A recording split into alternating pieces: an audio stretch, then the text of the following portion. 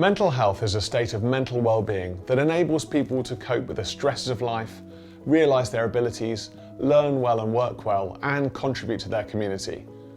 Mental health is not defined by the World Health Organization in terms of the presence or the absence of the clinical features of mental illness, but rather 4 positive emotional capacities.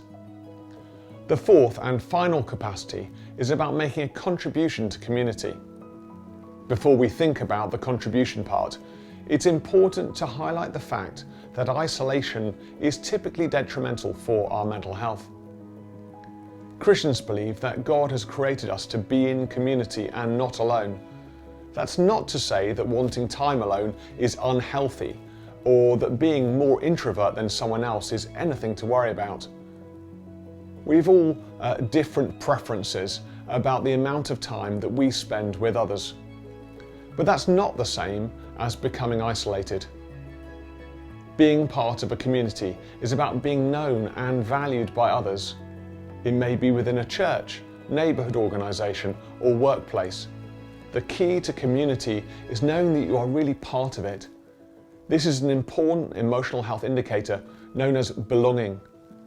Of course, it's natural when we know that we belong within a community to want to make a contribution to the community in some positive way or other. This tends to do 2 things. It strengthens our sense of value, and it further cements our feeling of belonging within that community. For Christians, this sense of belonging speaks about the way God has created us, and we get a sense of how God feels about us, that He has made us to live in community and to belong. Being part of a community rarely happens as organically as we may believe.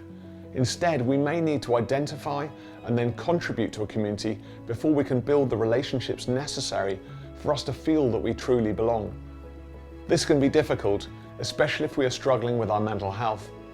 But within the right groups, even the smallest step of interest can provoke a really warm and inclusive welcome.